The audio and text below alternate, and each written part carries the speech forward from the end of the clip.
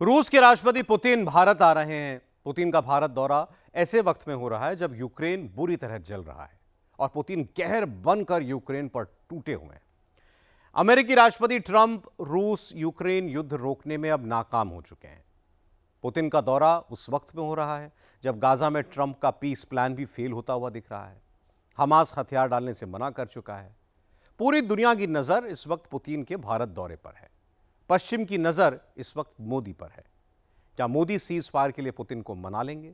क्या युद्ध रोकने का आखिरी रास्ता नई दिल्ली से निकलेगा?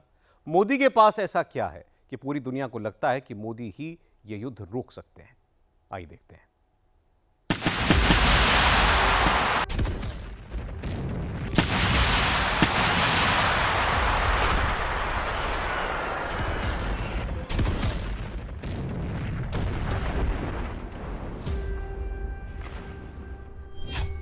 रूस की रिफाइनरी जल रही है।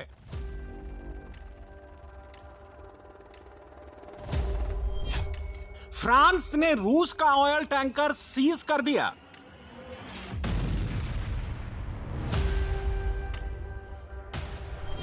खेरसॉन में पुतिन के करीबी पर ड्रोन अटैक।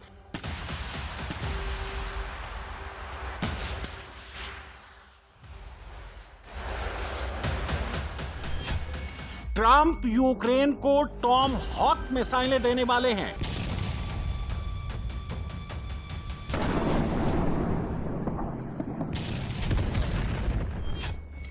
नाटो का एयर डिफेंस सिस्टम यूक्रेन पहुंचने वाला है।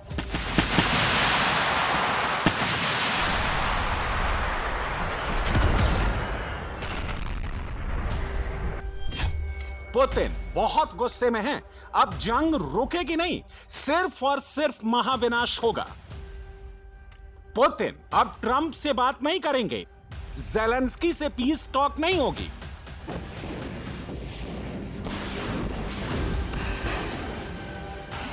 अब भीषण वार होगा। भयानक प्रहार होगा और उसका सैंपल दिख गया है।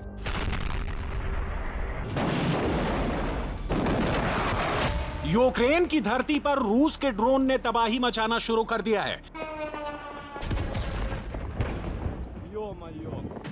रूस की सेना ने दनिप्रो में यूक्रेन का कॉल सेंटर उड़ा दिया है।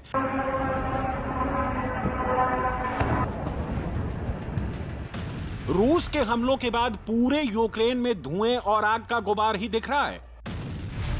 रिफाइनरी पर अटैक से गुस्साए पुतिन ने यूक्रेन की एनर्जी फैसिलिटी पर मिसाइल दाग दी। ओडेसा में अंधेरा छा गया है, तबाही मच गई है। 20 गेरान 2 के प्रहार से पुतिन ने यूक्रेन के न्यूक्लियर प्लांट को बिजली देने वाला बिजली स्टेशन भी उड़ा दिया है।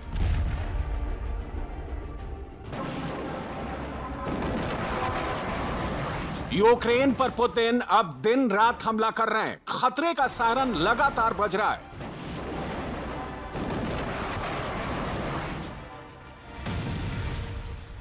पुतिन की फौज दुश्मन पर एक के बाद एक ड्रोन दाग रही है। पूरा यूक्रेन धुआं धुआं हो चुका है। यूक्रेन के सैन्य अड्डों को चुन चुन कर उड़ाया जा रहा है। हथियार डिपो उड़ाए जा रहे हैं। यूक्रेन में तबाही के लिए रूस ने इस्कंदर मिसाइल बाहर निकाल ली है। यूक्रेन के ड्रोन ले जा रहे 20 ट्रक उड़ा दिए हैं।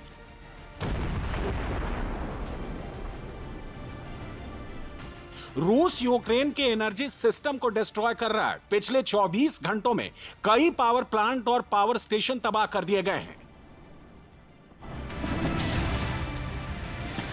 युद्ध जिस तेजी से आगे बढ़ रहा है उससे लग रहा है कि पुतिन और ट्रंप के बीच चल रही पीस टॉक का अब कोई मतलब नहीं रह गया है। पुतिन अब अपने हिसाब से फैसला करने का मन बना चुके हैं। खेरसॉन में रूस की ओर से नियुक्त किए गए मेयर व्लादिमीर लियोन्टिव पर ड्रोन अटैक हुआ है, जिससे पुतिन और ज्यादा भड़क गए हैं। यूक्रेन ने रूस की रिफाइनरी पर अटैक कर पुतिन का पारा चढ़ा दिया है। यूक्रेनी ड्रोन अटैक के बाद रिफाइनरी सुलग उठी है। यूक्रेन ने रूस की 5वीं सबसे बड़ी रिफाइनरी यारोस्लाव को निशाना बनाया है। इसकी कैपेसिटी 3 लाख बैरल प्रतिदिन है। यह रूस की रिफाइनरी कैपेसिटी का 5% तेल उत्पादन करती है। हालांकि रूस का दावा है कि रिफाइनरी पर कोई ड्रोन अटैक नहीं हुआ है। रिफाइनरी पर स्ट्राइक के बाद पुतिन बुरी तरह से तिलमिला गए हैं, बदले की आग में जल रहे हैं। रूस इस स्ट्रेटजी के पीछे अमेरिका का हाथ मान रहा है। इससे पहले भी यूक्रेन ड्रोन के जरिए रूस की लाइफलाइन माने जाने वाली कई रिफाइनरी को तबाह कर चुका है, निशाना बना चुका है। पिछले 20 दिन में रूस के 5 बड़े ऑयल रिफाइनरी सेंटर्स पर यूक्रेन घातक ड्रोन अटैक कर चुका है।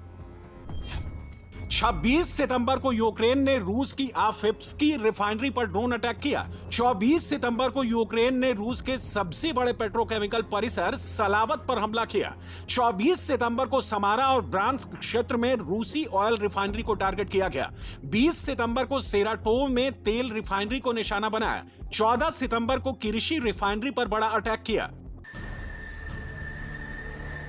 ज़ेलेंस्की की ड्रोन फोर्स रूस की 30% तेल कैपेसिटी को खत्म कर चुकी है, रूस की कमाई कम कर चुकी है। और इसके पीछे पुतिन, अमेरिका और नाटो का ही दिमाग मान रहे हैं। रूस यूक्रेन के बीच सीज फायर की बात अब ठंडे बस्ते में जा चुकी है। ट्रंप भी समझ चुके हैं कि अब पुतिन रुकने वाले नहीं हैं। इसलिए पुतिन और नाटो ने भी अपनी तैयारी शुरू कर दी है। वेस्टर्न मीडिया की रिपोर्ट्स के मुताबिक अमेरिका अब रूस की refinery, gas pipeline, power plant की खुफिया जानकारी यूक्रेन के साथ शेयर करेगा। इसके पीछे अमेरिका का मकसद रूस की कमाई कम करना है, रूस को आर्थिक तौर पर कमजोर करना है। हमें उम्मीद है EU 19वां प्रतिबंध पैकेज जल्द मंजूर कर देगा। ये सैंक्शन पैकेज रेडी हो चुका है, सिर्फ फैसला लेना बाकी है। इससे अमेरिका के साथ हम सभी के संबंध और मजबूत होंगे। ट्रंप ये देखना चाहते हैं कि यूरोप इस युद्ध में रूस के खिलाफ खड़ा है।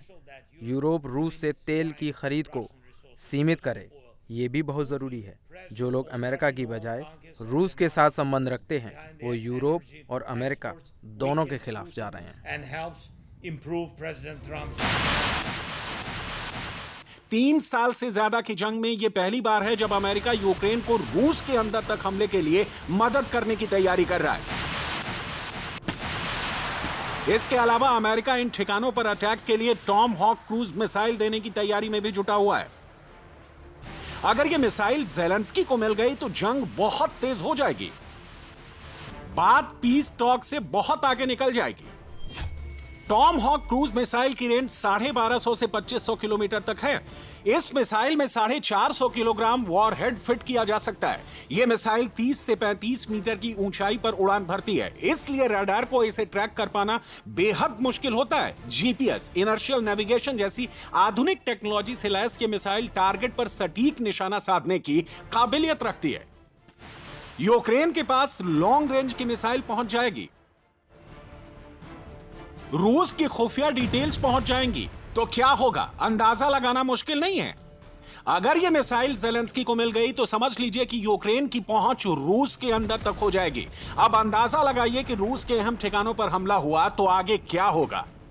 ज़ेलेंस्की लंबे समय से लॉन्ग रेंज मिसाइल देने की डिमांड करते आ रहे हैं। शुरू में नाटो देशों ने ज़ेलेंस्की को यह मिसाइल नहीं दी, क्योंकि कोई भी देश बड़े युद्ध में उलझने से बचना चाहता था। लेकिन अब नाटो भी तैयार हो गया है। यूक्रेन को लेटेस्ट डिफेंस सिस्टम देने पर बात हो रही है।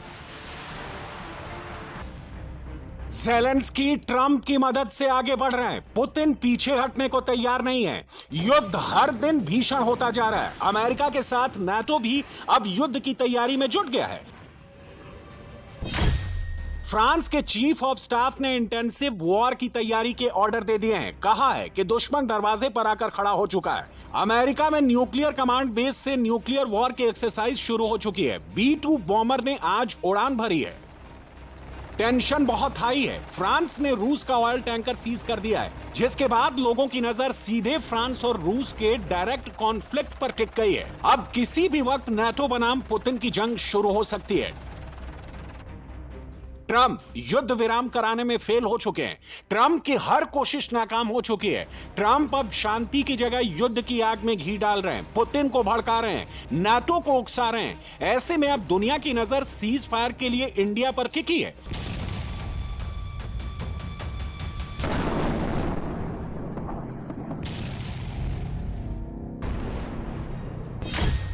पांच 6 दिसंबर को पुतिन भारत आ सकते हैं। रूस यूक्रेन जंग की शुरुआत के बाद पुतिन का यह पहला इंडिया टूर है।